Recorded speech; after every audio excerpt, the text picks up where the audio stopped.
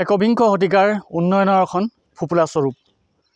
যোন স্থানত মই উপস্থিত আছোঁ সেই স্থানৰ ছবিয়ে ক'ব কিমান উন্নয়ন হৈছে বা কিমান এখন চৰকাৰৰ দিনত ৰাইজে তেওঁলোকৰ সমস্যাৰ সমাধানৰ সন্মুখীন হ'বলগীয়া হৈছে। মই বৰ্তমান উপস্থিত আছোঁ তিনিচুকীয়া জিলাৰ শদিয়া বিধানসভা সমষ্টিৰ অন্তৰ্গত হাঁহখাতি গাঁও পঞ্চায়তৰ এখন অতি ভিতৰুৱা আৰু জৰ্জৰিত গাঁৱত সীমান্ত টেঙাপানী। আৰু এই সীমান্ত টেঙাপানী যি সংযোগী এই নদিহিং অতি খৰচোতা নদিহিং বৰ্তমান খৰালি ইয়াৰ পানী নথকাৰ বাবে ইয়াত ৰাইজে নিজে গাঁঠি ধন খৰচ কৰি তেওঁলোকে বাঁহেৰে নিৰ্মাণ কৰিছে দলং। আৰু এই দলঙেদি তেওঁলোকৰ যি দৈনিক নৈমিত্তিক কাৰ্য তেওঁলোকৰ হাট বজাৰ বা চিকিৎসা বা শিক্ষাৰ ক্ষেত্ৰত ছাত্ৰ ছাত্ৰীসকলে এই দলংখনেদি অহা যোৱা কৰে। কিন্তু যেতিয়া বাৰিষা সমাগম বা বাৰিষা ইয়াত সোমায় তেতিয়া এই নদিহিং খৰচোতা পানীয়ে ভৰি পৰে আৰু এক ভয়ংকৰ ৰূপৰ ধাৰণ কৰে। আৰু এই গাঁওখনৰ যি সীমান্ত টেঙাপানী একমাত্ৰ এনেধৰণৰ গাঁও যি অসম অৰুণাচল সীমান্তৰ অন্যতম এখন শেষ প্ৰান্তত অৱস্থিত গাঁও, য'ত নাই উন্নত মানদণ্ডৰ শিক্ষা ব্যৱস্থা। চৰকাৰী অনুষ্ঠান বুলি ক'বলৈ মাত্ৰ এখনেই আছে, প্ৰাথমিক বিদ্যালয়, যি জৰাজীৰ্ণ। প্ৰায় 100টা পৰিয়ালে বসবাস কৰা কৃষিজীৱী এই গাঁওখন, ইয়াৰ যিসকল ৰাইজ কৃষি নিৰ্ভৰশীল, এই গাঁওখনত নাই কোনো বিজুলী বাতি, নাই কোনো পথৰ সুব্যৱস্থা, জৰাজীৰ্ণ বাট পথ, নাই কোনো চিকিৎসা ব্যৱস্থা। বিভিন্ন সময়ত ইয়াত ছাত্ৰ ছাত্ৰী প্ৰসূতিকে আদি কৰি বিভিন্ন সময়ত ৰাইজে তেওঁলোকৰ সমস্যাৰ সন্মুখীন হৈ আহিছে। আৰু সেই সমস্যাৰ বিষয়ে জানিবলৈ চেষ্টা কৰিম। যি মৰাণ ছাত্ৰ সন্থাৰ বিষয়ববীয়া আছে তেওঁলোকৰ পৰা জানিবলৈ চেষ্টা কৰিম।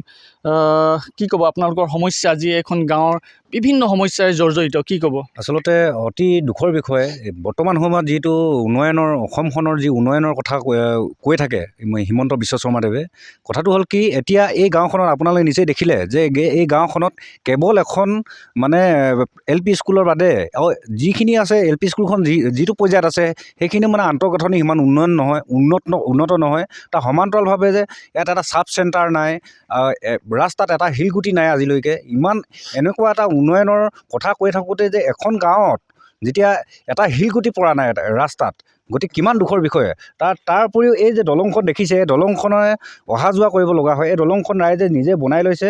এতিয়া খৰালি ছিজনত পানী নাই কাৰণে, যেতিয়া বাৰিষা ছিজন আহিব, বাৰিষাৰ সময়ত আচলতে অৰুণাচলৰ পৰা যিটো গতিত পানী আহে আমাৰ এই নদিহিঙেদি, তেতিয়া আচলতে অতি ভয়ংকৰ ৰূপ ধাৰণ কৰে।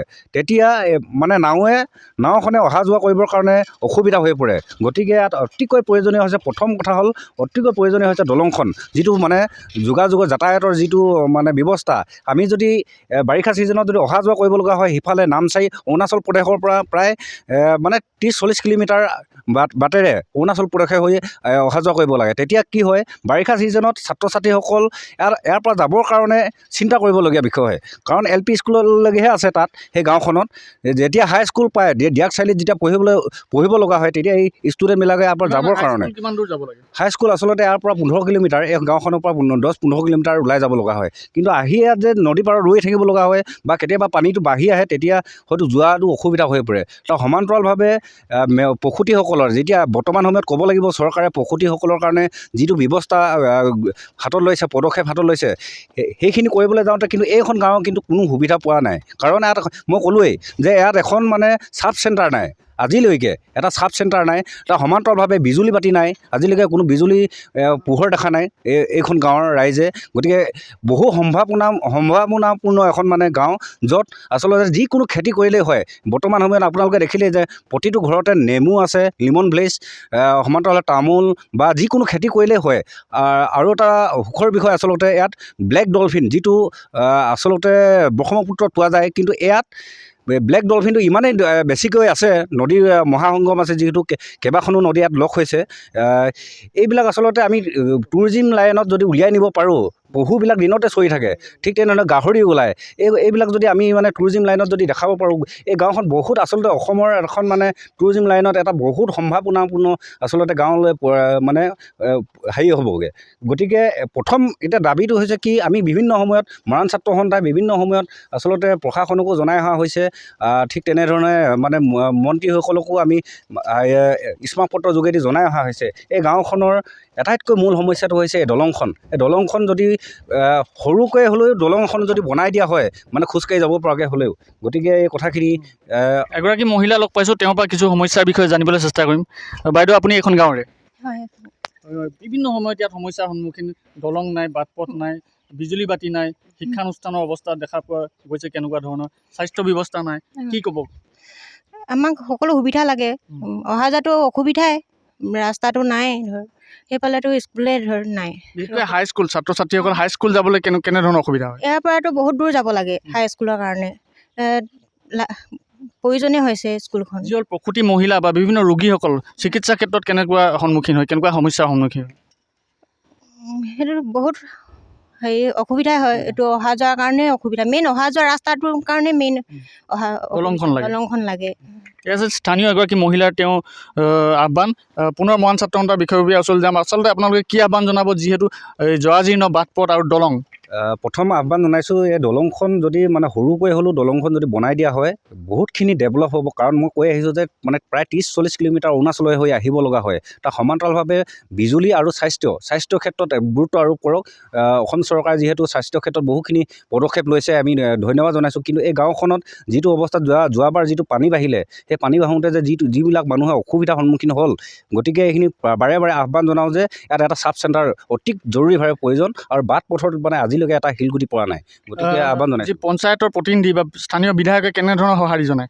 স্থানীয় বিধায়কে আমি বিভিন্ন সময়ত জনাই আহিছোঁ, স্থানীয় বিধায়কক সেইখিনিও আচলতে কামবিলাক আমি যেতিয়া জনাওঁ হ'ব ভাগে সেনেকৈয়ে হৈ থাকে। আজি আপোনালোকে নিজেই দেখিলে যে আজিলৈকে শিলগুটি এটা পোৱা নাই, যেতিয়া সেই কথাখিনি আচলতে তেখেতে গুৰুত্ব দিব লাগিছিল। যিটো বাট পথৰ জৰাজীৰ্ণ, এই কথাখিনি আচলতে অত্যন্তভাৱে গুৰুত্ব আৰোপ কৰিবলগীয়া আছিল। হয়, দলংখনৰ কাৰণে বৃহৎ বাজেট এটা লাগিব, কিন্তু সেই শিলগুটিকেইটা পেলাবৰ কাৰণে কিন্তু বেছি পইচা নালাগে। এই মাত্ৰ 6 কিলোমিটাৰ 7 কিলোমিটাৰ এটাৰ পথ। গতিকে এই কথাখিনি বিধায়ক বলিন চেতিয়াদেৱক আমি আহ্বান জনাইছোঁ, অনুৰোধ জনাইছোঁ। আচলতে এই গাঁওখন বহু সম্ভাৱনাপূৰ্ণ এখন গাঁও, যিখনত যিকোনো খেতি কৰিলেই হয়। আৰু মানে যিবিলাক মানে মই কৈ গ'লোঁ যে ডলফিন ওলায়, পহু ওলায়, গাহৰি ওলায়, আচলতে আমি হাবিভাগে থৈ দিলে নহ'ব। এইবিলাক আচলতে আমি উলিয়াই আনিব লাগিব, মানুহবিলাকক উলিয়াই আনিব লাগিব। টুৰিজিম লাইনত আমি এখন ফৰেষ্ট ভিলেজ হিচাপে মানে গঢ় দিব লাগিব। গোটেই এই কথাখিনি আহ্বান জনাইছোঁ চৰকাৰক, বিধায়ক বলিন চেতিয়াদেৱকো আহ্বান জনাইছোঁ। গতিকে এই মিডিয়াৰ যোগেদি আপোনালোককো ধন্যবাদ জনাইছোঁ। এয়া আছিল যি স্থানীয় দল সংগঠনৰ বিষয়ববীয়া নেতৃত্বৰ লগতে স্থানীয় মহিলাৰ যি মন্তব্য। এইদৰে আচলতে তিনিচুকীয়া জিলাৰ অসম অৰুণাচল সীমান্তৰ শদিয়া বিধানসভা সমষ্টিৰ অন্তৰ্গত হাঁহকাটি গাঁও পঞ্চায়তৰ যি পঞ্চায়তৰ এলেকাধীন এলেকাসমূহ তেওঁলোকৰ সমস্যাসমূহ আমি দেখাবলৈ চেষ্টা কৰিলোঁ। যি পঞ্চায়তে আমি ঘূৰিছোঁ, সেই পঞ্চায়তে ঘূৰি আজি এই ধৰণৰ এখন অতি জৰাজীৰ্ণ গাঁৱত আহি উপস্থিত হৈছোঁ। আৰু এই দলংখনেই সেই গাঁওখনৰ সমস্যা, ৰাইজৰ সমস্যাৰ এক জ্বলন্ত উদাহৰণ।